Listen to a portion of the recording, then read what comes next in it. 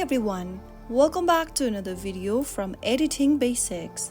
In this video, we are going to be learning how to warp in Snapseed.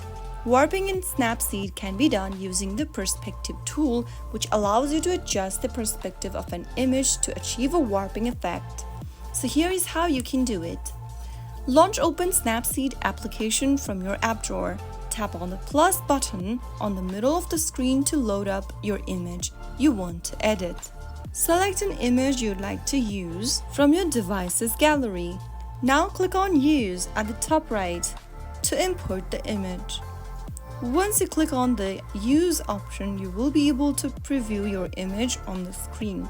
Now go to the bottom menu of the screen and tap on Tools. Inside Tools option, select Perspective. Now once you get to the Perspective option, you will be able to see several perspective tools at the bottom of the screen.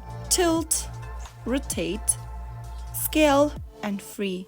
If you go ahead and select Tilt, you can adjust the horizontal and the vertical tilt to change the perspective of the image. Go ahead and tap on Rotate and then rotate the image to warp it in a different way.